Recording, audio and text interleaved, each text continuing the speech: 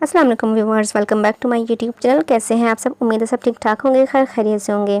मैं आज काफ़ी टाइम बाद कोई नावल अपलोड कर रही हूँ कॉज मेरे चैनल पर कोई प्रॉब्लम हो गई थी कि मैं कोई नावल अपलोड ही नहीं कर पा रही थी। आप लोग प्लीज़ दुआ कीजिए कि मेरे चैनल की प्रॉब्लम सॉल्व हो जाए। मैंने सोच रखा था कि मैं रमज़ान स्पेशल नावल रीड करूँगी, इतने सारे मेरे पास थे भी, बट आज का जो नावल है वो ईद स्पेशल है, बहुत ही मज़ेदार है। उम्मीद है आप सभी को पसंद आएगा। इसमें भी सारी रमज़ान की ही वाइब है।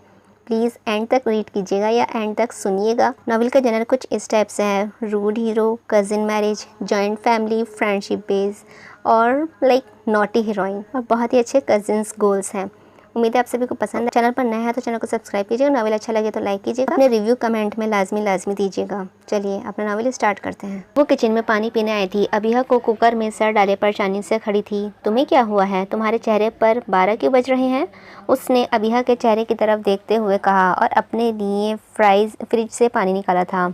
जल गया, अबिहा ने बिना हरकत किए हुए कहा था। क्या तुम्हारा दिल? वो तो वैसे भी जला रहता है, हरीम ने मजाक उड़ाने वाले अंदाज में कहा था और अबिहा के पास आकर खड़ी हो गई थी। वैसे जले की स्मेल तो आ रही है, उसने नाक सुकेड़ कर सूंघते हुए कहा। क्या वाकई तुम्हारा दिल जला है? इस बार अबिहा ने उसे घूर कर देखा था। कीमा जल गया है और वो भी बुरी तरह से। अबिहा ने दांत किचकिचाते हुए उसे जवाब दिया था। क्या? अबिहा की बात पर हरीम ने क्या को लंबा खींचा था। अभी सब लोग डिनर के लिए आते ही होंगे तो तुम क्या खिलाओगी? सारा कीमा जला दिया क्या? हरीम ने अबिहा को साइड करते हुए खुद को कुकर में मुंह डालकर खड़ी हो गई थी और कीमे का मुआयना करने लगी। अल्लाह, ये तो सारा का सारा जल गया, अब क्या होगा अबिहा? क्या? अबिहा ने लगभग कुछ देर पहले उसकी तरह खींचते हुए कहा था। अल्लाह हरीम, तुमने सारा कीमा जला दिया? मैंने कहा था ना तुमसे, तुम रहने दो, मैं खाना बना लूँगी। अबिहा के इस तरह कहने पर हरीम ने घूम कर नासमझी से उसकी तरफ देखा था। फिर उसकी निगाहें किचन के दरवाजे पर खड़े हाथी पर गई थी। वो दरवाजे की तरफ पुश्त किए खड़ी थी, वरना वो उसे देख चुकी होती। अब बुद्ध बनी क्या खड़ी हो? सारा सालन तो जला दिया है तुमने, अब क्या खाएंगे? सब आते ही होंगे खाने में कुछ देर में, सब डाइनिंग टेबल पर। अबिहा ने मसनूई लहजे में अबिहा से कहा था, हरीम से कहा था। हरीम ने उसे गुस्से से घूर कर देखा, जैसे उसे पता ना हो दरवाजे पर हाथी भाई खड़े हैं। अबिहा की इंतहाई आलीशान एक्टिंग देखकर वो जलकर रह गई थी। तुमने अच्छा नहीं किया, बेचारी मेरी बहन की डांट पड़वाकर, जरीन ने अबिहा को देखते हुए कहा, जो बहुत ही मज़े से बैठी चिप्स खा रही थी। अबिहा ने जरीन की बात पर अपने शाने उचका दिए और फिर से चिप्स खाने लगी। जरीन ने अबिहा का जवाब ना देने पर अफसोस से हरीम की तरफ देखा, जो औंधे मुंह बेड पर पड़ी अभी अपनी ताज़ा डांट का शोक मना रही थी। यार अब बस भी करो, बस ज़रा सी तो डांट पड़ी है, ऐसा भी कोई भूकंप तो नहीं आ गया? अबिहा ने पूरी तरह चिप्स से इंसाफ करते हुए कहा था। तुम तो चुप ही करो, मेरे मुंह ना लगो, सख्त जहर लग रही हो मुझे इस टाइम। अबिहा की बात पर हरीम ने गुस्से से लेटे उसे उठकर बैठते हुए कहा था। अम्मी कह रही हैं, मदीहा ने रूम में दाखिल होते हुए कहा और उसकी नज़र हरीम पर पड़ी। इसे क्या हुआ है? ये क्यों लटकाए बैठी हुई है? कुछ नहीं, बस ज़रा सी डांट पड़ी है, अबिहा ने कहा था। किससे? मदीहा ने पूछा। हादी भाई से, इस बार जरीन ने जवाब दिया था। लेकिन क्यों? मदीहा ने फिर सवाल किया। इस बार वो भी उन लोगों के साथ बेड पर बैठ चुकी थी। हांडी जला दी इसलिए, जरीन ने कहा था। हैं?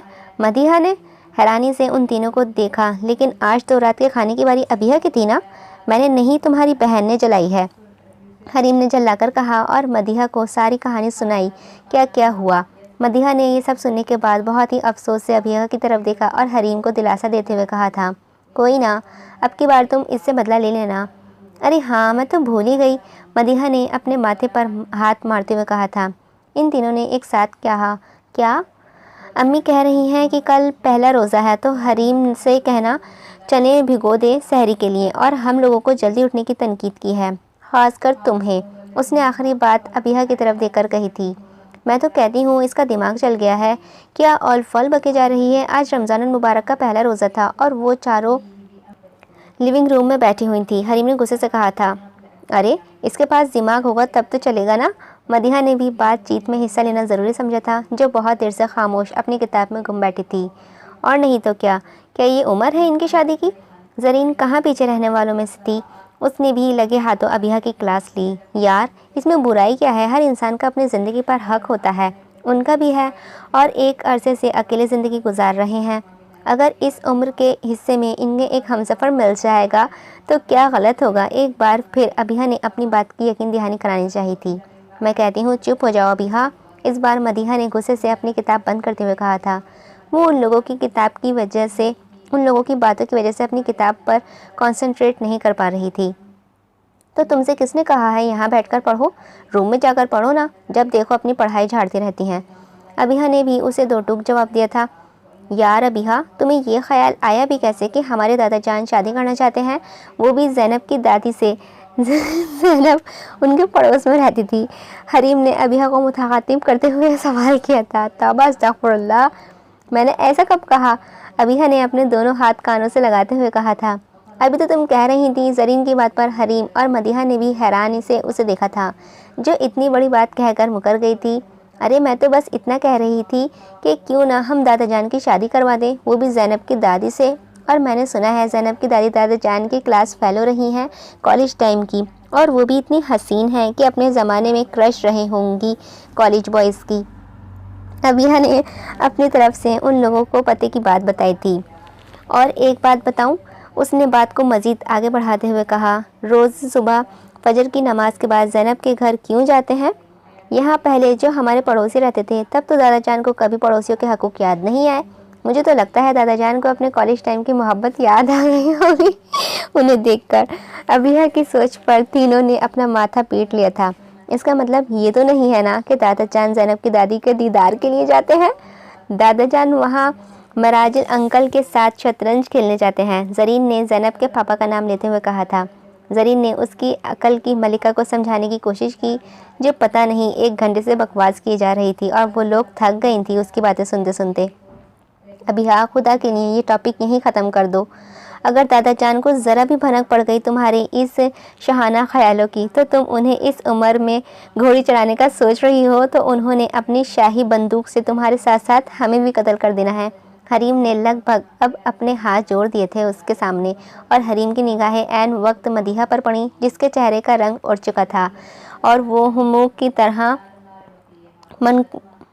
मंकों की तरह लिविंग एरिया के दरवाजे की ओर देख रही थी। हरीम ने भी गर्दन मोड़कर उसकी नज़रों का ताक़ुब किया। अब उसके चेहरे का भी वही हाल था।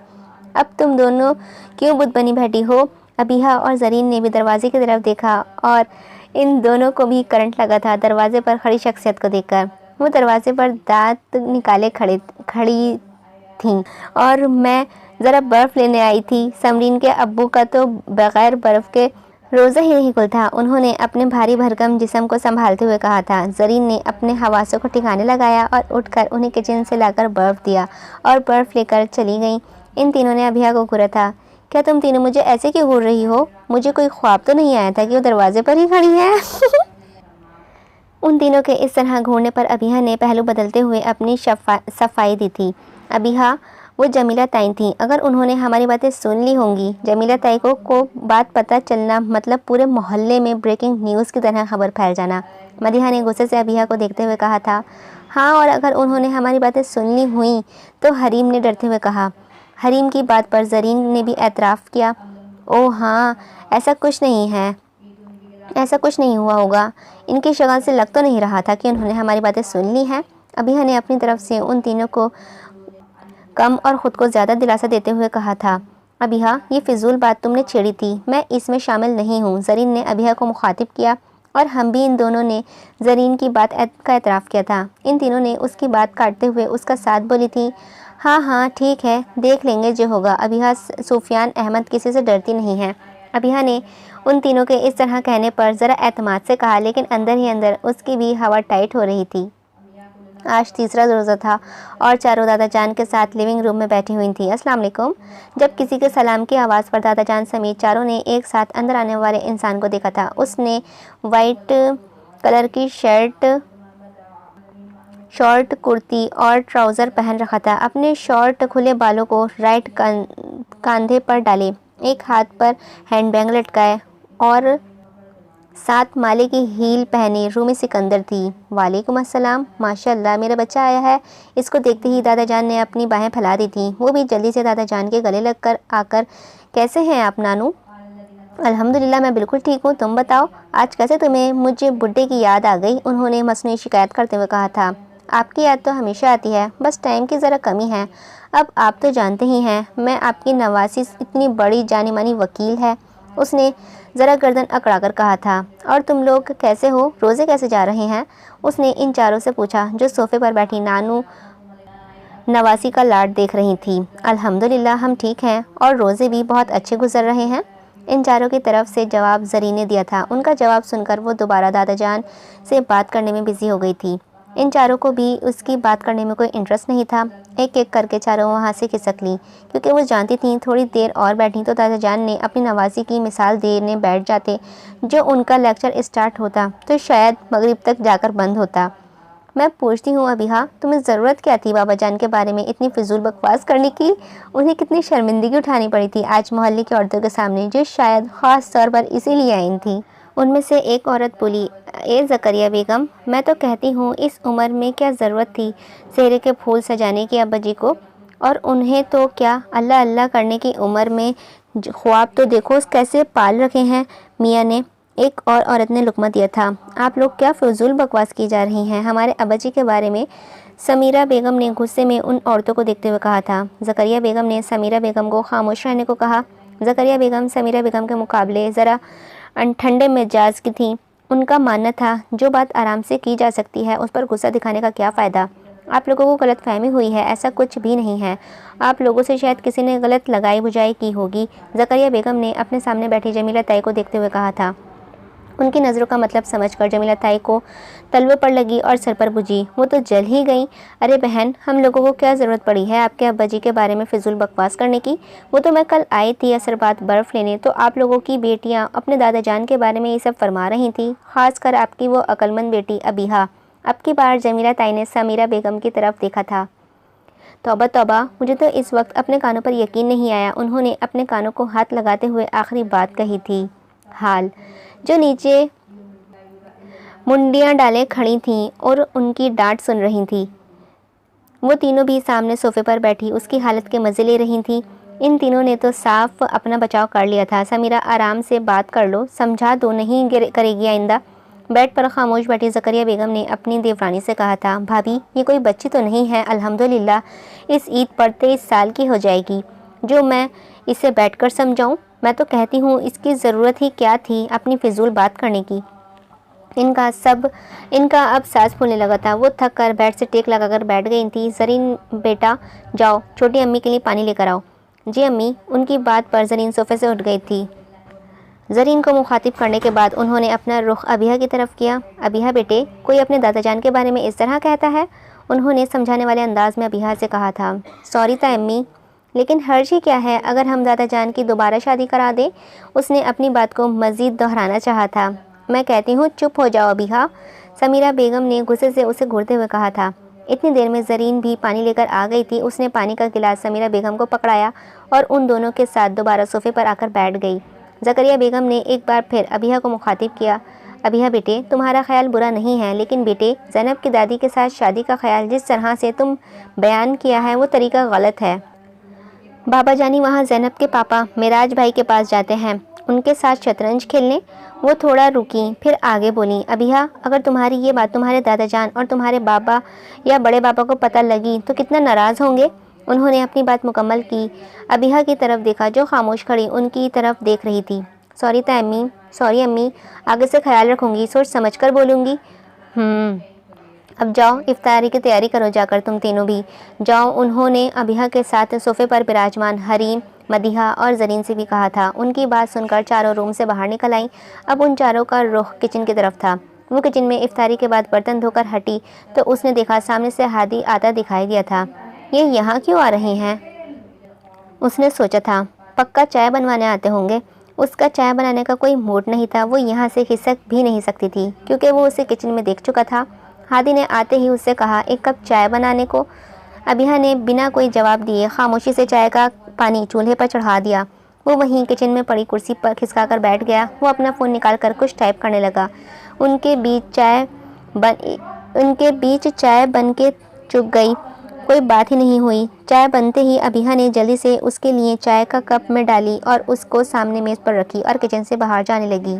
सुनो, जब उसकी आवाज़ पर वहीं रुक गई। हाँ, उसने पीछे मुड़कर देखा था। एक चम्मच चीनी और डाल दो, हादी ने उसे देखे बिना कहा था। उसने खामोशी से चीनी का डिब्बा उठाया और चम्मच से चीनी निकाल कर उसकी चाय में डाली और उसी चम्मच से मिक्स कर उसके आगे बढ़ा दी। हादी ने खामोशी से चाय का कप उठाया और चाय का कप होठों से लगा लिया और वहाँ से अपने रूम में चली आई, जहाँ वो तीनों अपने अपने बेड पर पिसरी लेटी हुई थी। उसे देखकर ज़रीन ने अपने बेड पर उसके लिए जगह बनाते हुए अपनी साइड हो गई थी। ये इन चारों का रूम था, जो घर के सारे रूम से मुकाबले बड़ा था, जहाँ 2 डबल बेड पड़े थे, एक रूम के बीचों बीच और एक दीवार से लगा हुआ था। एक बेड पर हरीम और मदीहा लेटती थी और एक पर ज़रीन और अबिहा। बहुत देर लगा दी तुमने बर्तन धोने में? उसके आते ही हरीम ने उसे पूछा था। तुम्हारे भाई को चाय देने लगी थी, ये कहकर उसने अपनी चादर खोली और ऊपर तक तान कर लेट गई। इसका मतलब था अब उसे सोना है, उसे कोई मज़ीद बात नहीं करनी। वो तीनों भी जानती थीं वो नींद की कच्ची थी, इसीलिए वो तीनों भी सोने की कोशिश करने लगी। वो चाय पीने के बाद अपने रूम में आ गया। वो सोने के लिए लेटा ही था कि उसका फ़ोन बजने लगा। उसने मोबाइल स्क्रीन पर निगाहें डाली, जहाँ रूमी सिकंदर कॉलिंग शो हो रहा था। उसने कॉल रिसीव कर फ़ोन कान से लगा लिया था। हेलो, क्या सो गए? इधर से सवाल आया था। नहीं, बस लेटा था। तुम बताओ, क्यों फ़ोन किया है? हादी ने उसकी बात का जवाब दिया था। हाँ, वो मैं पूछ रही थी तुम्हारी ग्रैंड सलीम माफिया वाले केस का क्या बना? बनना क्या है, बस कल लास्ट एयरिंग है और ये माफिया और उसकी सारी गैंग इंशाअल्लाह कल जेल में होगी। इंशाअल्लाह। तुमने इनकी केस पर बहुत मेहनत की है, रूमी ने हादी की बात का जवाब देते हुए कहा था। लेकिन हादी, मुझे डर है कहीं वो पासा ही ना पलट दें। सुना है आज तक कोई भी बड़े से बड़ा वकील और कोई डिप्टी कमिश्नर उसे नहीं पकड़ पाया। उसने अपनी तरफ से हादी को मामलात में इजाफा करना चाहा। जानता हूँ इतना आसान नहीं है हादी अहमद को हराना, कोई हवा में तीर नहीं छोड़ा करता है। मैं कल तुमको कोर्ट में ही देखना क्या होता है। कोई हवा में तीर नहीं छोड़ा करता, मैं कल तुम कोर्ट में ही देखना क्या होता है। ये कहकर उसने फ़ोन काट दिया था। वो हादी अहमद था, इंडिया का एक नामचीन वकील। जब वो कोर्ट में दलील देता था तो उसके अलावा किसी की आवाज़ नहीं सुनाई देती थी, बस उसकी आवाज़ पूरे कोर्ट में गूंजती थी। वो आज तक एक भी केस नहीं हारा था। उसने बड़े बड़े कॉरपोरेट करप्ट नेता बिजनेसमैन का भांडा फोड़ा था और एक रोबदार शख्सियत रखता था वो। हादी यार, तुमने तो कमाल कर दिया, आज कोर्ट में मज़ा आ गया मेरे भाई, एक वकील ने उससे कहा जो उसकी केबिन में डेरा जमाए हुए बैठे थे। हाँ यार, इस सलीम की शक्ल देखने वाली थी। मुझे तो लगा था इस बार केस हार जाएगा, लेकिन तूने जो इस माफिया का काले कारनामों का पोल खोली है, एक और वकील कुलीग ने कहा था। हो ही नहीं सकता कि तुम लोगों ने अभी हादी अहमद को जाना कहाँ है। हादी ने उनकी बात सुनकर जवाब दिया और अपनी चेयर से उठकर खड़ा हो गया था। कहाँ जा रहे हो यार? पार्टी तो दो केस जीतने की खुशी में, उनमें से एक वकील ने कहा था। यार फिर कभी सही, आज तो घर जा रहा हूँ, इफ्तार का टाइम होने वाला है। दादा जान को बिल्कुल भी पसंद नहीं है कि कोई इफ्तार के वक्त घर से बाहर, उन्हें सबके साथ इफ्तार करना पसंद है। ये कहते हुए हादी ने अपनी गाड़ी की चाबी उठाई और उन दोनों को अल्लाह हाफ़िज़ कहता केबिन से बाहर निकल गया। अहमद फराज अपने टाइम के जाने माने बैरिस्टर थे। उनका लोगों में बहुत दबदबा था। उनकी शादी उनकी माँ अपनी भांजी वहीदा बेगम से की थी। अहमद साहब और वहीदा बेगम को अल्लाह ने 3 औलादें दी थीं, 2 बेटे और 1 बेटी। सबसे बड़े काजिम अहमद थे, जो एक काबिल बिजनेसमैन थे। उनकी शादी वहीदा बेगम ने अपनी भतीजी ज़करिया बेगम से की थी, जो एक सुलझी हुई खातून थी। काजिम अहमद और ज़करिया बेगम को अल्लाह ने 3 औलादों से नवाजा था। बड़ा बेटा हादी अहमद और उसके बाद 2 बेटियां ज़रीन और हरीम। काजिम अहमद के बाद राबिया अहमद थी। उनकी शादी बैरिस्टर साहब ने अपने दोस्त के बेटे कमिश्नर ज़ारून सिकंदर से की थी, जिनकी एक ही औलाद थी, रूमी सिकंदर। सबसे छोटे सुफियान अहमद थे। उनका निकाह समीरा बेगम से हुआ था, जो ज़करिया बेगम की खालाजाद बहन थी। ज़करिया बेगम बहुत चाव से अपनी खालाजाद बहन को देवरानी बनाकर लाई थी। सुफियान अहमद और समीरा बेगम को अल्लाह ने 2 जुड़वा बेटियों से दी थी, अबिहा और मदीहा। उनके बाद उनको कोई औलाद ना हुई। उनके बहुत ख्वाहिश थी कि एक बेटा ही अल्लाह अता कर दे, लेकिन जो अल्लाह की मर्ज़ी। इसीलिए उनके ख़ानदान में एक ही चश्म चिराग था, हादी अहमद, जो अपने दादा जान समेत सबकी आंखों का तारा था। आज रमज़ानुल मुबारक का 10वां रोज़ा था। आज दादा जान ने मस्जिद में इफ्तार का इंतज़ाम करवाया था। अपने पोते के केस जीतने की खुशी में फूफो भी आई हुई थी। इनकी भी दावत की गई थी पूरी फैमिली समेत। इफ्तार करने के बाद सब ने मगरिब की नमाज़ अदा की। मर्द हजरात ने मस्जिद में इफ्तार किया था। नमाज के बाद सब ने मिलकर खुशनुमा माहौल में खाना खाया। उसके बाद अबिहा को चाय बनाने का ऑर्डर मिला। बाकी सब बड़े दादा जान के रूम में चले गए और वो लोग लिविंग रूम में बैठी बातों में बिजी हो गई। हादी और रूमी अपने आपस में बातें करने लगे थे। अबिहा ने किचन से झाँककर लिविंग एरिया के मंजर का मुआयना किया। चूल्हे की तरफ रुख किया जहाँ चाय हल्की आंच पर पक रही थी और अपने आप में बड़बड़ाने लगी। कोई भी बात हो, अबिहा मेहमान आए हैं, चाय बना दो। सुबह हो गई है, चाय बना दो। बहुत थक गए हैं, चाय बना दो। रात हो गई है, चाय बना दो। शाम के 4 बज गए हैं, चाय बना दो। रिश्ते वाले आए हैं, चाय बना दो। रिश्ते वाले नहीं आए, चाय बना दो। कोई बीमार है, चाय बना दो, वगैरह वगैरह। उसने ज़ोर से चाय के कपगीर को स्लैब पर पटका और कैबिनेट से कप निकालने के लिए पीछे मुड़ी तो सामने उसकी निगाह हादी पर पड़ी, जो पता नहीं कब से दरवाजे पर खड़ा होगा। अबिहा ने दिल में सोचा, आपको कुछ चाहिए था? उसने ज़रा संभल कर सामने खड़ी शख्स से पूछा था। हाँ, चाय लेने आया था, दादा जान के रूम में ले जाने के लिए, सामने से जवाब आया। वो बिना कुछ जवाब दिए चाय के कप निकाल कर ट्रे में रखने लगी थी और उसकी तरफ पुश्त कर चूल्हे की फ्लेम को बंद किया और चाय कपों में छानने लगी। चाय छानते हुए उसके हाथ कपकपा रहे थे क्योंकि वो उसके पीछे ही खड़ा था। हादी ने आगे होकर ज़रा उसकी कपकपाहट हाथों पर निगाह डाली और हल्का सा मुस्कुरा दिया और पीछे हो गया। वो जानता था वो उससे घबराती थी। हो गई? हादी ने अबिहा की पुश्त को देखते हुए कहा था। हाँ, उसने जल्दी से कहा और थोड़ा साइड पर हो गई थी। हादी ने आगे बढ़कर चाय की ट्रे को उठाया और बाहर की तरफ कदम बढ़ा दिए। किचन के दरवाजे पर रुक कर पीछे मुड़कर उसे देखा जो उसे ही देख रही थी। हादी के इस तरह देखने पर अबिहा ने फ़ौरन नज़रें फेर लीं। तुमसे सब इसीलिए चाय का कहते हैं क्योंकि सबको तुम्हारे हाथ की चाय पसंद है। आपको भी? उसके इस तरह तारीफ़ करने पर अबिहा के मुंह से बेसाख्ता ही निकला। उसने फ़ौरन अपनी ज़ुबान को दांतों तले दबाया। उसके इस तरह पूछने पर वो हल्का सा हंसा। हाँ, मुझे भी। अपनी बात कहकर वो रुका नहीं, किचन से बाहर निकल गया था। अबिहा हैरानी से वहाँ खड़ी किचन के दरवाजे को घूर रही थी जहाँ कुछ देर पहले वो खड़ा था। उसे यकीन नहीं आया कि हादी अहमद ने उसकी तारीफ़ की है। तुम लोग मानो या ना मानो, दादा जान के रूम में आज उनके इन बड़ों के बीच कोई खिचड़ी ज़रूर पकी है, मदीहा ने अपनी राय देने वाले अंदाज में कहा था। वो चारों इस वक्त अपने रूम में बैठी हुई थी। हाँ, मुझे भी ऐसा लगता है, किसी का तो आज विकेट गिरा है। हादी भाई को भी बाद में रूम में बुलाया गया था। हरीम ने मदीहा की बात से हामी भरते हुए कहा था। लेकिन सवाल ये है कि विकेट गिरा किसका? अबिहा ने भी उनकी बातों में हिस्सा लेना ज़रूरी समझा था। देखो, ज़रीन ने ज़रा संभल कर बैठते हुए कहा था और एक तकिया उठाकर अपनी गोद में रखा। वो तीनों भी उसकी तरफ रुख मोड़कर मुतवज्जह हो गईं। ज़रीन ने अपनी बात को आगे बढ़ाया और बोली, देखो मदीहा की तो उसके और तुम्हारी अबिहा की तरफ देखा। मामूजात कज़िन हारून मिर्ज़ा के साथ बात पक्की है, इससे पहले से ही पक्की है। और मेरा तो बाबा के दोस्त रज़ा अंकल के बेटे वलीद रज़ा से निकाह हो चुका है। इस बकरीद रुखसती भी हो जाएगी इंशाल्लाह। ज़रीन ने ज़रा शर्माते हुए कहा। शर्मा बाद में लेना, आगे बको, अबिहा ने ज़रीन से कहा, जो बहुत ही बेकार शर्माने की एक्टिंग कर रही थी। अबिहा की बात पर ज़रीन ने बुरा सा मुँह बनाया और आगे बोलना स्टार्ट किया।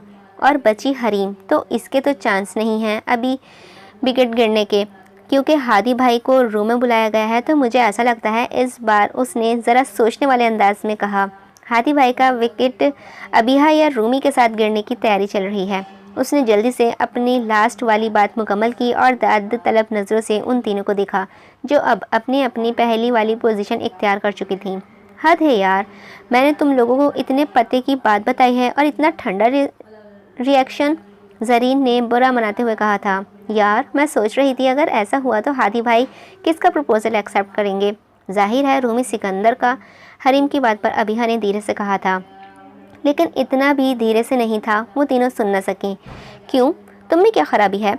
मदीहा ने कहा और अपनी बहन की तरफ देखा जो नीचे मुंडिया डाले अपना नीचे का होठ कुचल रही थी। हाँ भाई, हमें भी इस रूमी टूमी को अपनी भाभी बनाने का कोई शौक़ नहीं है, हरीम ने अबिहा के गले में बाहें डालते हुए कहा था। हाँ तो और नहीं तो क्या, हम अपनी आपी इतनी प्यारी भाभी को छोड़कर रूमी सिकंदर को तो बिल्कुल भी भाभी ना बनाएं। जरीन ने भी हरीम की बात का एतराफ़ किया था।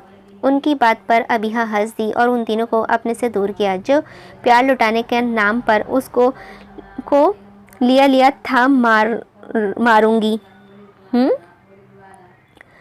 तुम लोग मुझे हटो दूर, अबिहा बोली। अब सो जाओ, सुबह सहरी में भी उठना है, नहीं उठे तो डांट पड़ेगी अम्मी ताई अम्मी से। अबिहा ने बज़ाहिर खुद को उनके सामने कंपोज करते हुए कहा। वो तीनों भी उस बात पर सोने की तैयारी करने लग गई थी। वो चारों किचन का काम समेटकर अपने अपने रूम में बैठी थी जब ज़करिया बेगम आ गई। अबिहा बेटे, ज़रा हादी और रूमी के लिए चाय बनाकर उन्हें लॉन में दे आओ। आज रमज़ानुल मुबारक का 13वां रोज़ा था और दादा जान की तबीयत थोड़ी ख़राब हो गई थी, तो फुप्पो और रूमी उन्हें देखने आए थे। मगरिब बाद दादा जान ने इसरार कर अपनी नवाजी को रोक लिया था। जीता अम्मी, वो कहकर बेड से उतरकर स्लीपर पहनने लगी। अगर उनकी जगह अम्मी होती तो वो उन्हें फ़ौरन मना कर देती कि किसी और से कह दें मैं नहीं बना रही। वो चाय बनाकर लिविंग एरिया की राहदारी से निकलकर लॉन्ज एरिया में आई। घर के लॉन का दरवाज़ा मेन गेट के अलावा लॉन्ज एरिया से भी खुलता था। उसने लॉन में पड़ी कुर्सी पर बैठे उन दोनों को देखा। हादी की इसकी तरफ पोस्ट थी। उसने सामने बैठी रूमी का जायज़ा लिया। रूमी बिलाशुबा बहुत ही खूबसूरत थी, फुप्पो जान की तरह। बड़ी काली आंखें, इन आंखों पर लंबी घनी पलकों का घेरा, गुलाबी होठ और दूधिया रंगत वाली लड़की वाकई बहुत हसीन थी। अबिहा ने उसे दिल ही दिल में सराहा और उनकी तरफ कदम बढ़ा दिए। चाय की ट्रे उसने टेबल के सेंटर पर रखी और एक चाय का कप उठाया और रूमी की तरफ बढ़ा दिया। रूमी ने जैसे ही चाय का कप पकड़ा, अबिहा का हाथ ज़रा सा खम हुआ और गर्म चाय रूमी के हाथ पर ही गिर गई। आह! रूमी ने जल्दी से अपना हाथ पीछे किया और सहलाने लगी। अबिहा ने कप टेबल पर रखा और घबरा कर कहा, आई एम सॉरी रूमी, गलती से गिर गया, मैंने जानबूझकर नहीं गिराई। तुम्हारा ध्यान कहाँ था? अबिहा, देखकर कोई काम तो ढंग से कर सकती हो ना, या नहीं? हादी ने रूमी का हाथ पकड़कर देखते हुए उससे गुस्से से कहा था। अब खड़ी देख क्या रही हो? जाओ और जेल लेकर आओ। हाँ, अभी लाई। अबिहा घबरा कर अंदर ट्यूब लेने भागी थी। क्या हो गया है हादी? बस ज़रा सा ही तो जला है, तुमने ख्वामोखा ही उसे डांट दिया। जब तक अबिहा जेल लेकर आ गई, उसने जेल का कांपता हाथों से हादी की तरफ बढ़ा दिया। हादी ने उसके हाथों से जेल छीनने वाले अंदाज में लिया। आई एम सॉरी रूमी, मेरी वजह से तुम्हारे हाथ। उसने एक बार फिर मुआवजत करनी चाहिए थी। इट्स ओके अबिहा, कोई नहीं, बस हल्का सा तो जला है, तुम जाओ। रूमी के कहने पर वो जाने लगी। हादी ने ज़रा गर्दन मोड़कर उसे जाते हुए देखा। उसने अपने लहजे का एहसास हुआ। वो सहरी खाकर छत पर आ गई थी। उसका बिल्कुल भी दिल नहीं हो रहा था कुछ खाने का। वो ऊपर चेहरा किए चांद को घूरती रही थी। उसे एहसास हुआ कि कोई उसके पास आकर खड़ा हुआ है। उसने गर्दन घुमाकर देखा तो वो दुश्मनी जहाँ खड़ा था। उसने वाइट शर्ट और ब्लैक ट्राउज़र पहन रखा था। अबिहा ने उसकी तरफ से निगाहें हटाकर वहाँ से जाने के लिए कदम बढ़ाए। रुको, मुझे तुमसे कुछ बात करनी है, हादी ने अपने सामने खड़ी लड़की से कहा, जो सी ग्रीन कलर की शॉर्ट फ्रॉक और शलवार में मलबूस थी। उस पर वाइट कलर का दुपट्टा सर से ओढ़ा हुआ था। क्या बात करनी है? और कुछ सुनाना बाकी रह गया है क्या आपकी मंगेतर का हाथ जलाने पर? व्हाट? तुमसे किसने कहा? रूमी मेरी मंगेतर है। हादी को शॉक लगा था उसके रूमी को उसकी मंगेतर बताने पर। मुझे क्या, सबको पता है आपकी और रूमी की बात चल रही है। उसने इन तीनों जरीन, मदीहा और हरीम का हवाला दिया था। प्रपोज़ल तो तुम्हारा भी रखा है दादा जान ने। हादी ने उसकी बात का मतलब समझते हुए कहा। हाँ, तो आप मुझे थोड़ी ही चूज़ करेंगे? जाहिर सी बात है रूमी को ही चूज़ करेंगे क्योंकि वो आपके मयार पर पूरा उतरती है। ये कहकर वो रुकी नहीं, सीढ़ियाँ उतरती नीचे चली आई थी। वो हैरानी से उसे जाता देखता रहा। वो तो उससे कल शाम वाले रवैये पर एक्सक्यूज़ करने आया था, लेकिन वो उसे कुछ ना कहते हुए भी उसकी झुकी पलकें उससे बहुत कुछ कह गई थी। उसके लब खुद ब खुद ही कुछ सोचकर मुस्कुराने लगे थे। आज रमज़ानुल मुबारक का 17वां रोज़ा था और दादा जान की तबीयत अचानक बहुत ज़्यादा ख़राब हो गई थी। सब लोग परेशान उनके रूम में जमा थे। फुप्पो जान और फूफा जान, रूमी, ये लोग भी आ गए थे। सब लोग उन्हें अस्पताल चलने के लिए कह रहे थे, लेकिन वो ज़िद पर पकड़े बैठे थे कि वो कहीं नहीं जाएंगे। उनका कहना था कि अब उनका आखिरी वक्त आ गया था और अपनी आखिरी सांसें अब घर में लेना चाहते हैं। उनका सांस फूल रहा था। हादी ने दोबारा डॉक्टर को बुलाकर उनका चेकअप करा चुका था। 2 बार डॉक्टर को बुलाकर उनका चेकअप करा चुका था। दोनों बार डॉक्टर ने हॉस्पिटल ले जाने की सलाह दी थी। इस बार हादी ने उनके बेड के साइड बैठा और उनका हाथ अपने हाथों में लिया। दादा जान प्लीज़ ज़िद मत करें और हॉस्पिटल चलें। उसकी आंखें नम थीं। उन्होंने अपनी कमज़ोर आंखों से अपने पोते को देखा। उसकी फ़िक्र में उन्हें टूट कर प्यार आया था। वो हल्का सा मुस्कुरा दिए और उन्होंने अपने बड़े बेटे को अपने पास बुलाया। काजिम अहमद, जल्दी से इनके पास आए। मैं जो कहूँगा वो मानेगा?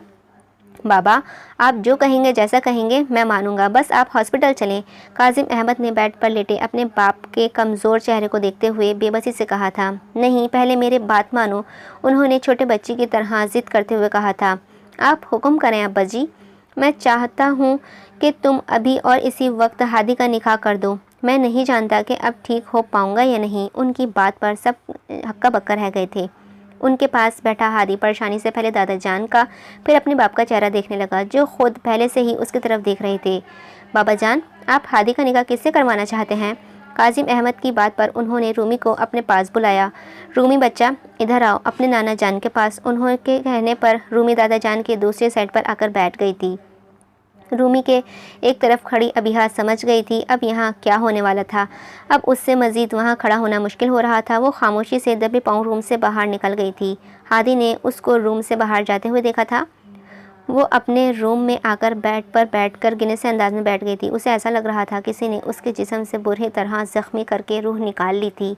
क्या हुआ अगर वो रूमी सिकंदर जैसी खूबसूरत ना थी, उसके जैसी कामयाब वकील ना थी? हाँ, उसने ग्रेजुएशन के बाद स्टडी छोड़ दी थी। उसके दिमाग में बहुत सारी सोचें चल रही थीं। वो बेड से उठकर मिरर के सामने खड़ी हो गई थी। उसके आके उसने अपने आप को शीशे में देखा था। गंदमी रंगत, पतली सी नाक, आम लोगों की तरह ब्राउन आँखें जो ज़्यादातर लोगों की ही होती हैं, लेकिन उनकी आंखों में चमक थी। जब वो हंसती थी तो उसके दोनों गालों पर गहरे गड्ढे पड़ जाते थे। होठों के ऊपर एक तिल था जो उसके चेहरे को पुरकशिश बना देता था। वो अब बेड पर आकर बैठ गई थी फिर से और अपना मोबाइल उठाकर उसमें से ऐसे ही देखने लगी थी। अब तक मौलवी साहब भी आ गए होंगे। उसके जहन में ख्याल आया, क्या पता निकाह भी हो गया हो। उसने सोचा। वो ये सब सोच रही थी जब रूम का दरवाज़ा खुला। अम्मी, तयम्मी, हरीम, मदीहा, पुप्पो, जरीन, रूमी को एक साथ अंदर आते हुए उसने सबको हैरानी से देखा था। उसकी निगाह सबसे होते हुए इन तीनों पर गई जो दांत फाड़े उसे देख रही थी। उनकी बत्तीसी अंदर हो ही नहीं रही थी। तैम्मी ने उसका हाथ चूमा और उसे अपने साथ लगाकर बैठ गई। पुप्पो ने उसके सर पर हाथ रखकर ढेरों दुआएं दी।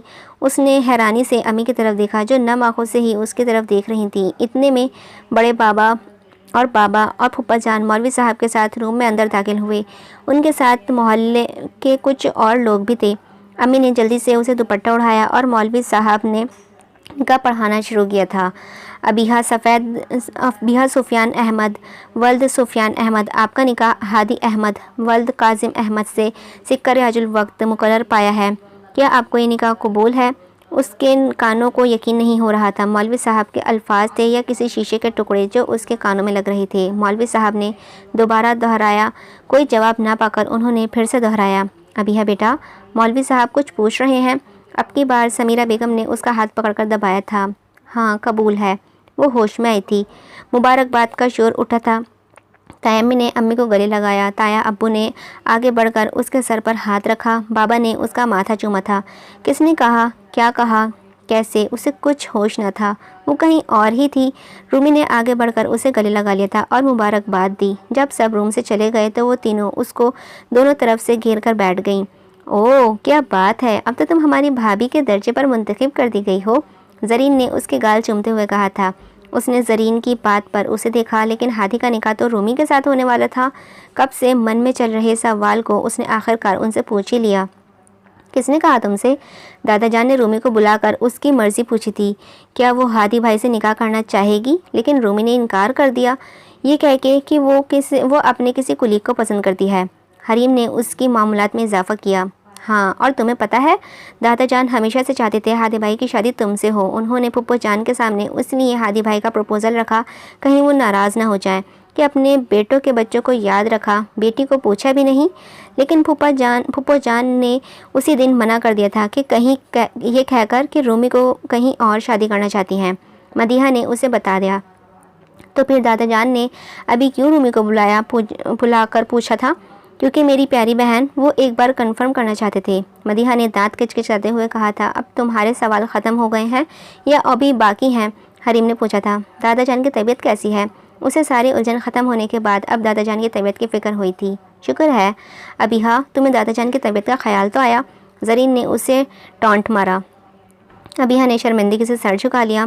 वैसे दादा जान को हादी भाई अपना निकाह नामे पर दस्तखत कर फ़ौरन हस्पताल ले गए थे और उनकी हालत ठीक है। क्या बताया डॉक्टर ने? उसने एक और सवाल किया। कुछ नहीं, बस ज़रा सी एसिडिटी हो गई थी, कोलेस्ट्रॉल शूट कर गया था। कोलेस्ट्रॉल शूट कर गया था, हरीम ने कहा था। अबिहा ने दादाजान के ठीक होने का सुनकर शुक्र अदा किया था। यार, दादाजान भी कमाल हैं, अपनी बीमारी का फ़ायदा उठाते हुए हाथी भाई और अबिहा का निकाह ही करवा दिया। मदीहा ने नाक पर से मक्खी उड़ाते हुए कहा था। हाँ, इस अबिहा का तो चलो ठीक है, हाथी भाई जैसा डिसेंट बंदा जिन पर लाखों लड़कियां मरती हैं, लेकिन बेचारे हादी भाई, इनका क्या बनेगा? उन्हें तो ये सरफिरी लड़की मिली है। जरीन की बात समझते हुए अबिहा ने एक ज़ोरदार धमाका उसके पेट में जड़ दिया था। वो बस अपनी पीठ सहलाकर रह गई। तो हादी अहमद, ये तय हुआ तुमने अबिहा अहमद से निकाह सिर्फ दादाजान के कहने पर मजबूरी में किया। उसने दिल में सोचा। उसे बहुत बुरा लगा था, अपने लिए नहीं, हादी अहमद के लिए। अभी सहरी का टाइम ख़त्म होने में 20 मिनट थे। वो किचन में पानी पीने के लिए आई थी। वो पानी पीकर किचन से जा रही थी तो अंदर आते किसी से टकराते टकराते बची थी। उसने मुंह उठाकर किचन के बीचों बीच खड़े उस शख्स को देखा। वो निकाह के 2 दिन बाद उससे अबिहा का सामना हुआ था। उसके और अपने रिश्ते का सोचकर वो साइड हो गई कि वो अंदर आए तो वो बाहर जाए, लेकिन शायद सामने वाला तो दरवाजे पर जैसे बर्फ़ की तरह जम गया था। अबिहा ने झंझलाकर एक बार फिर से उसे देखा, जो सीने पर हाथ बांधे उसे ही घूर रहा था। आपको कुछ चाहिए? आखिर उसने सामने खड़े बंदे से पूछ ही लिया था। हाँ, 1 कप चाय, हादी ने उस पर से निगाहें हटाते हुए कहा था। अगर चाहो तो जा सकती हो। उसने गेट पर से हटकर उसे साइड दी। मैं खुद बना लूँगा। नहीं, मैं बना देती हूँ। ये कहकर वो उसके लिए चाय बनाने लगी थी। वो वहीं खड़े होकर चाय का इंतज़ार करने लगा। एक बात पूछूं? अबिहा ने उससे पूछा। अबिहा की उसकी तरफ पुश्त थी। हाँ, पूछो। हादी ने उसकी पुश्त पर पड़ी उसकी लंबी काली घनी आलू वाली बालों वाली चोटी देखी। आपने मुझसे निकाह क्यों किया? ये कैसा सवाल है? आपको दादाजान को मना कर देना चाहिए था, अबिहा ने कहा था। क्यों? मैं क्यों मना कर देता? इस टाइम सिचुएशन ही ऐसी थी, दादाजान को ना नहीं कर सकता था। हादी ने जज्बस होते हुए जवाब दिया था। जब तक चाय भी बन चुकी थी, अबिहा ने चाय का कप में डालकर उसकी तरफ बढ़ा दिया। हादी ने उसका बड़ा कप थाम लिया। आपको मना कर देना चाहिए था। किसी मजबूरी के तहत मुझसे निकाह करने की ज़रूरत नहीं थी। तुमसे किसने कहा मैंने तुमसे निकाह किसी मजबूरी के तहत किया है? हादी ने चाय पीते हुए अपने सामने खड़ी लड़की को देखते हुए पूछा था। मुझे पता है आप रूमी से मोहब्बत करते हैं और उसने आपसे शादी करने से इनकार कर दिया। दादाजान का मान रखने के लिए आपने मुझसे निकाह किया है। अबिहा की बात पर उसने बहुत ज़ोर का फंदा लगा था। उसने खांसते हुए अबिहा को देखा और चाय का कप स्लैब पर रखा था। मैं रूमी से मोहब्बत करता हूँ? ये तुमसे किसने कहा? हादी ने अपनी तरफ उंगली से इशारा करते हुए उस बेवकूफ़ लड़की को देखा। वो ना जाने कब से उससे ऑल फॉल सवाल की जा रही थी। मुझे पता है उस दिन आप रूमी का ज़रा सा हाथ जलने पर कैसे तड़प गए थे। वो बिना बात के मुझे डांट दिया था। अबिहा ने उस दिन की बात का हवाला दिया था। उसके तड़प गए कहने पर हादी को जैसे मिर्ची लगी थी। मैं क्यों तड़पने लगा? और मैंने तुम्हें इसलिए डांटा क्योंकि मुझे लगा तुमने जानबूझकर चाय गिराई है उसके हाथ पर। मैं क्यों जानबूझकर उसके ऊपर चाय गिराऊंगी? अबिहा उसकी तरफ से इल्ज़ाम लगाने पर जल ही तो गई थी। हाँ, मुझे पता है, मुझे अपनी गलती का एहसास भी हुआ था और मैं तो तुम्हें छत पर तुम्हारे पास एक्सक्यूज़ करने भी आया था, लेकिन तुम तो कोई और ही धुन में थी। हादी ने अपनी बात की वजाहत की। और कुछ पूछना है? हादी ने खामोश खड़ी अबिहा को देखते हुए पूछा था, जिसने अपने दिल में ना जाने कौन कौन से परसेप्शन बनाए उसके लिए बनाए रखे थे। तो क्या आप रूमी से मोहब्बत नहीं करते? अबिहा की सुई वहीं अटकी हुई थी। नहीं करता मैं रूमी से मोहब्बत, वो मेरी कज़िन और सिर्फ बहुत अच्छी दोस्त है। हादी ने अपनी तरफ से उसका जहन क्लियर किया था। देखो अबिहा, मैं तुम्हारे हर बार वजाहत नहीं दूंगा क्योंकि हादी अहमद किसी को बार बार सफाइयाँ नहीं दिया करता। तुमने मेरी बात पर यकीन करना है करो, नहीं तो मुझे कोई फ़र्क नहीं पड़ता। ये कहकर वो चला गया था। सहरी का टाइम ख़त्म हो चुका था और फजर की अजान हो रही थी। अबिहा ने उसको जाते हुए देखा और ख़ामोशी से अपने रूम में आ गई थी। उसने नमाज़ पढ़ी और बेड पर आकर लेट गई थी। नींद से उसकी आंखें कोसों दूर थी। वो कुछ सोच रही थी। वाह यार ज़रीन, कितनी खूबसूरत ईदी है। किसने भेजी है? तुम्हारी सास साहिबा तो फौत हो गई हैं। क्या ससुर साहब ने भिजवाई है? नहीं, रज़ा ने भिजवाई है, ज़रीन ने शर्माते हुए मदीहा से कहा था। ये चूड़ियाँ तो देखो कितनी खूबसूरत हैं। उसने अव्वल मुश्त अबिहा को चढ़ाते हुए चूड़ियाँ दिखाई थी। अबिहा भी फिर अबिहा ही थी। हाँ हाँ पता है, बहुत खूबसूरत हैं। तुमने खुद से मांगी होंगी ईदी, वरना रज़ा भाई तो इतने कंजूस हैं, चाय में पड़ी मक्खी न निकाल कर फेंके। हरीम और मदीहा ने जोर का कहकहा लगाया था। ए लड़की, तमीज़ से बात करो मेरे शौहर के बारे में। जरीन तो अबीहा की बात पर गुस्से से बोली थी। और तुम दोनों क्या दांत फाड़ रही हो? चलो माना उसने मेरे कहने पर ही ईदी भिजवा रही है, लेकिन तुम्हारी तो वो भी नहीं आने वाली। हादी भाई का पता है ना? हाँ अबीहा, इस मामले में तुम दोनों बहनें इन अनलकी हो, हरीम ने अपनी बहन का साथ देते हुए कहा था। अरे अरे, मैं कैसे अनलकी हो गई भाई? कल ही ताई अम्मी से कह रही थी मुमानी जान का फ़ोन आया था, वो हारून के हाथ मेरी ईदी भिजवाएंगी। मदीहा ने फ़ौरन हरीम की बात का तुनक कर जवाब दिया था। हाँ, और रही बात मेरी, तो मैं भी ताई अम्मी से अपनी ईदी ले लूँगी। और हाँ, तुम देखना, हादी खुद मुझे शॉपिंग पर लेकर जाएंगे। अबीहा ने उन तीनों को चैलेंज दिया था। हो ही नहीं सकता। जरीन ने नाक पर मक्खी उड़ाई थी। मैं अपनी बहन के साथ हूँ। मदीहा ने उसे प्यार से गले लगा लिया था। दूर हटो तुम, अबीहा ने लगभग उसे धक्का दिया था। अच्छे से जानती हूँ तुम्हें, तुम ना उन दोनों की चापलूसी करो। बस ये कहे वो रूम से वॉकआउट कर गई थी। अरे भलाई का तो ज़माना ही नहीं रहा, मदीहा ने बुरा मनाते हुए कहा था। और दिखाओ अपनी बहन को प्यार। मैं अपनी बहन के साथ हूँ। हरीम ने उसकी नकल उतारी थी। अरे भाड़ में भेजो उसे, मेरी तो ईदी देखो। जरीन की बात पर वो दोनों उसके करीब आकर बैठ गई थी। हाँ पापा, कुटनी कहेंगी, समझती क्या है खुद को? वो उन तीनों को गालियों से नवाज रही थी। अब वो हादी के रूम के सामने आकर खड़ी हो गई थी। जाऊं या ना जाऊं, गुस्सा ना हो जाए। इतनी रात को उसने अपने हाथ में पकड़े मोबाइल में टाइम देखा और थोड़ा डरते हुए दरवाज़ा खटखटाया था। कौन है? आ जाओ, अंदर से आवाज़ आई थी। अबीहा ने हल्के से दरवाज़ा खोला और अंदर आ गई। तुम? हादी रूम के राइट साइड पर पड़े सोफे पर बैठा कोई केस फाइल देख रहा था। हादी ने अबीहा को घूरा। कोई काम है जो तुम इतनी रात को मेरे रूम में आई हो? कोई नहीं आ सकती हूँ? नहीं आ सकती मैं इतनी रात को रूम में? अब ये मेरा भी तो कमरा है, जब मर्जी चाहे आ सकती हूँ मैं। उसने जल्दी से अपनी ज़बान दबाई थी। अबीहा को क्या बोल रही है, क्या बोलने आई थी, उसने दिल में खुद पर लानत भेजते हुए कहा था। अबीहा ने कनखियों से हादी को देखा, वो उसे ही घूर रहा था। सॉरी, मेरा मतलब है वो मैं कल की बात के लिए आपसे मुआवजत करने आई थी। आपको मेरी बात का बुरा लगा? सॉरी सुबह भी किया जा सकता था अबीहा अहमद, और जितना मैं तुम्हें जानता हूँ तुम्हारे ऊपर मेरी बात का कोई असर नहीं हुआ होगा। हादी ने कल वाली बात याद करते हुए कहा था। जल्दी बोलो क्या काम है और जाओ यहाँ से। वो मुझे जल्दी, उसके हकलाने पर हादी ने ज़ोर से कहा था। हाँ, वो मुझे शॉपिंग पर जाना था ईद की। अबीहा ने जल्दी से कहा कि कहीं उससे पहले ही वो उसे रूम से धक्का देकर ना निकाल दे। तो जाओ, किसने रोका है? आपके साथ जाना है। किस खुशी में? हादी ने उसे घूरा था। क्या मतलब किस खुशी में? आपका हक है मुझे ईदी की शॉपिंग कराना। मेरे पास इतना फिजूल टाइम नहीं है, मैं बहुत इम्पॉर्टेंट केस पर काम कर रहा हूँ और मुझे परसों केस के सिलसिले में शहर से बाहर जाना है। हादी ने सरसरी से जवाब दिया था। अब जाओ, मुझे बहुत काम है। लेकिन कहाँ ना जाओ? हादी ने दो टूक लहजे में कहा था। वो खामोशी से बाहर आ गई थी। उसने छत की तरफ मुँह उठाया। या अल्लाह, क्या यही खड़ूस रह गया है मेरे लिए जो अपनी बीवी को ईद की शॉपिंग नहीं करा सकता? वो क्या खाक रोमांटिक होगा? अबीहा ने पीछे मुड़कर देखा था। तुम गई नहीं अभी तक? हाँ, जा तो रही हूँ, उसने गुस्से से कहने पर अबीहा ने जल्दी से कहा था और वहाँ से खिसक गई थी। अहमक लड़की। वो हल्का सा हंसा और रूम का दरवाज़ा बंद कर लिया था। उसके जाने पर उठकर दरवाज़ा बंद करने आया था। हादी बेटे, आज बिज़ी तो नहीं हो? वो शीशे के सामने खड़ा बालों में कंघी कर रहा था जब ज़करिया बेगम अंदर आई थी। नहीं अम्मी, आज तो जल्दी घर आ जाऊँगा।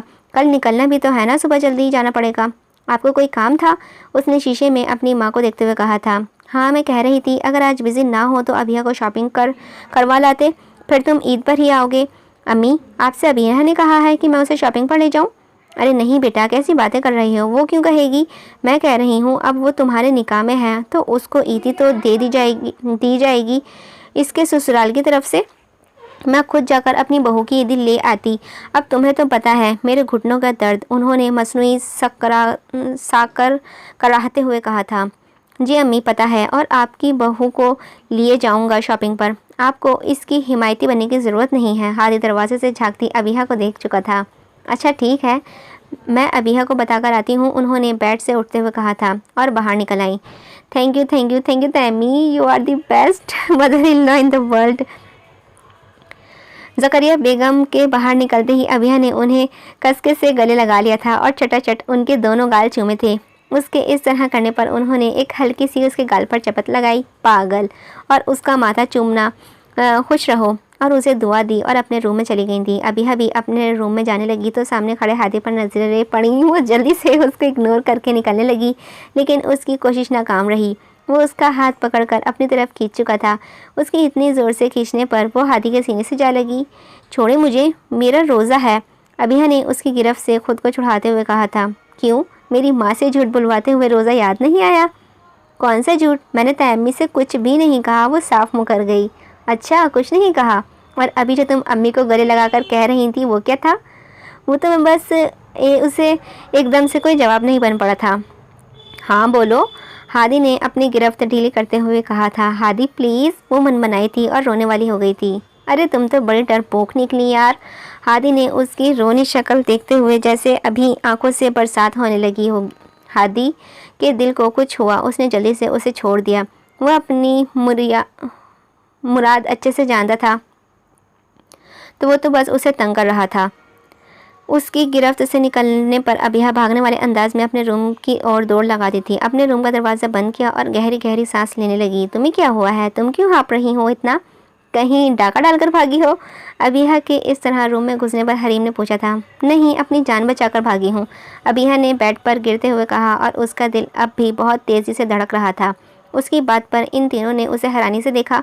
उसने इन तीनों को इग्नोर किया और बेड से उठकर बाथरूम में घुस गई। इसे क्या हुआ है? मदीहा ने बाथरूम के बंद दरवाजे को देखते हुए कहा था। हमें क्या पता, उन दिनों ने शाने उचका दिए।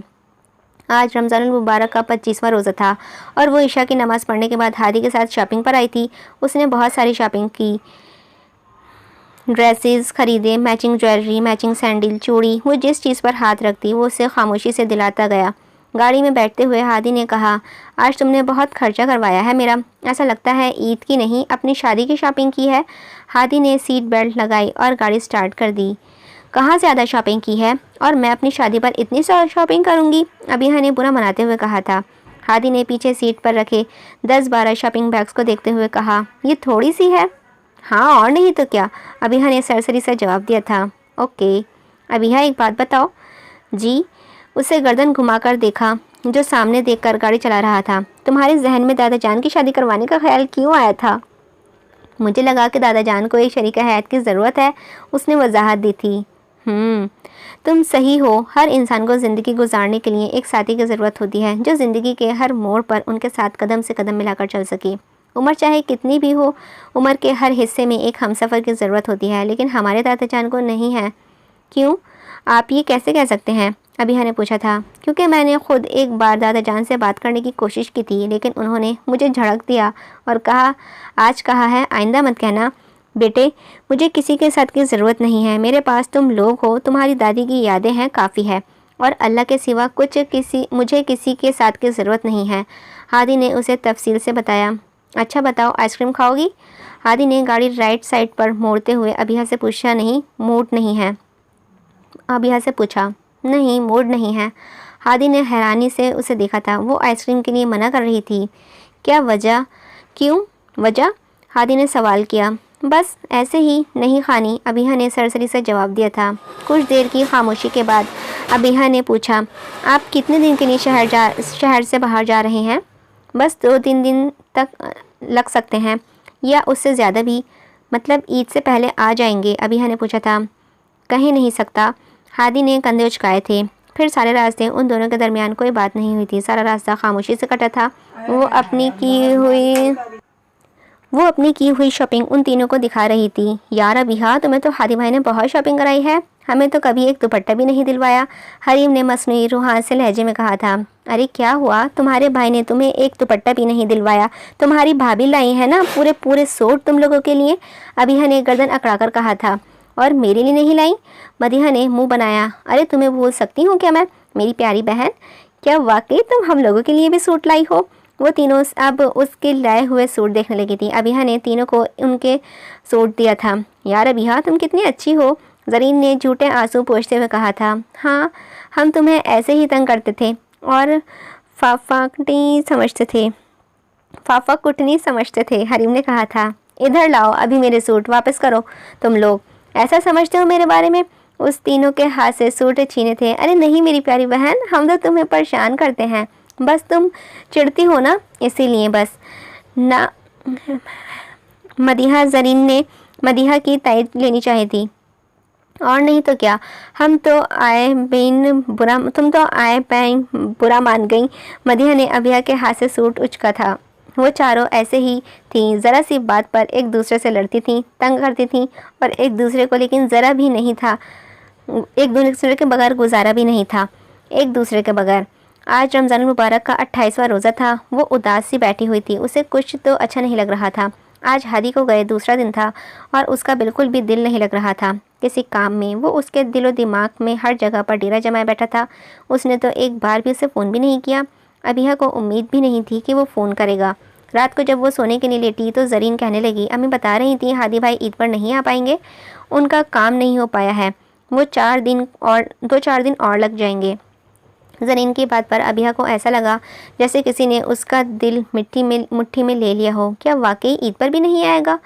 आज रमज़ान मुबारक का 29वां रोज़ा था। इफ्तारी के बाद मगरिब की नमाज़ पढ़कर वो चारों ईद का चांद देखने के लिए छत पर चढ़ी थीं। मुझे तो लगता है आज चांद निकलना मुश्किल है, मदीहा ने कहा था।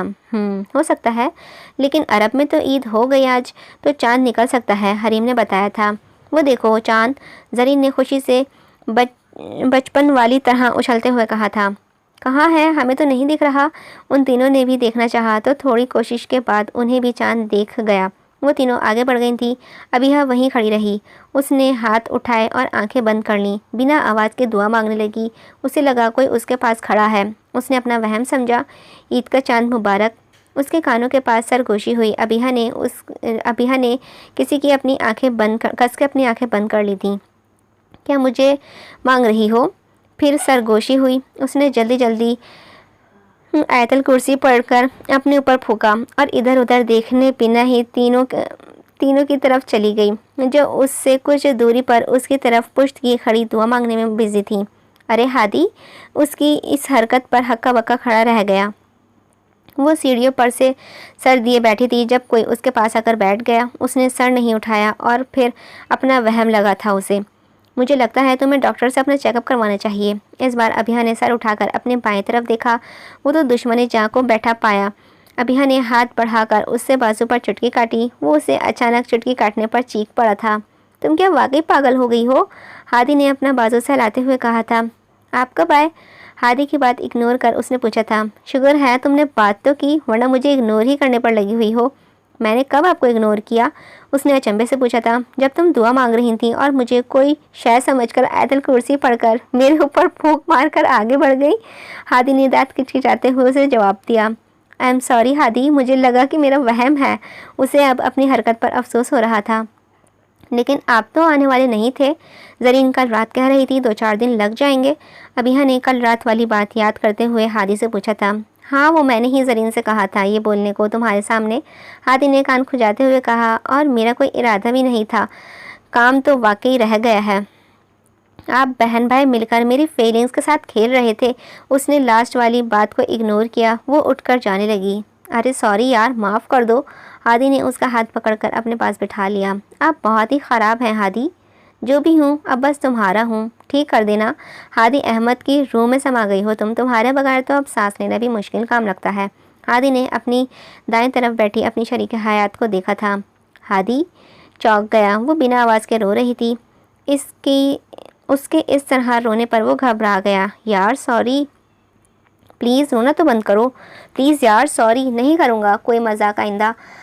हादी ने पीछे से हाथ लेकर उसके कंधे पर रखा और अपने करीब कर लिया था। वो रोना भूलकर उसे देखने लगी। वो खुद को उससे अलग किया। यार बड़ी अजीब हो तुम भी। खुद कहती हो कि मैं रोमांटिक नहीं हूँ और ख़ुद ही मुझसे दूर भागती हो। हादी ने खिसियाकर कहा था। मैंने ऐसा कब कहा? अभिया ने हैरानी से पूछा था। अभी उस दिन तो कह रही थी। छत की तरफ मुंह उठाए हादी ने उसके उस दिन वाली बात याद दिलाई थी। हादी की बात पर वो याद करके झेप गई। अभिया ने बात बदलते हुए कहा था। आपने बताया नहीं, आप कह रहे थे कि आपका कोई इरादा नहीं था आने का। अभिया को उसकी थोड़ी देर पहले वाली बात याद आई थी। था तो नहीं, लेकिन तुम बिन ईद कैसे जाना। दैट्स अ नॉवेल नेम, तुम बिन ईद कैसे जाना बाय ज़ैबा खान। हादी ने ये कहा फिर उसे अपने करीब बैठा लिया। अबिहा ने भी खुद को उसके दूर करने की कोशिश नहीं की थी और हादी के कंधे पर सर रखकर अपनी आंखें मूंद ली थी। बादलों में छिपा ईद का चांद उन दोनों को देखकर मुस्कुरा रहा था। अगली सुबह ईद की उन दोनों के लिए खुशी भरी थी। ख़त्म शुद्ध। उम्मीद है आप सभी को नावल अच्छा लगा होगा। ईद स्पेशल नावल था, बहुत मज़ा आया। और आप लोगों के रमज़ान कैसे गुजरे? मेरे चैनल पर कुछ मसला हो गया था, इसलिए मैं रमज़ान स्पेशल नावल्स पोस्ट ही नहीं कर पाई और कुछ पोस्ट ही नहीं कर पा रही। आप लोग प्लीज़ दुआ कीजिएगा कि मेरी चैनल पे जो भी प्रॉब्लम चल रही है जल्द से जल्द सॉल्व हो जाए। इतने सारे नावल्स मेरे पास पड़े हैं, मैंने सोचा था कि रमज़ान स्पेशल्स डालूंगी बट कुछ नहीं हुआ, सारे रमज़ान ऐसे निकल गए। पर चलें, ईद स्पेशल तो मैंने रीड कर ही लिया है। उम्मीद है आप सभी को पसंद आई होगी। स्टोरी कैसी लगी? अगर अच्छी लगी तो लाइक कीजिएगा, चैनल पर नए हैं तो चैनल को सब्सक्राइब कीजिएगा। मिलते हैं किसी और नावल के साथ, जब तक के लिए अपना ध्यान रखिएगा, मुझे अपनी दुआ में याद रखिएगा। अल्लाह हाफ़िज़।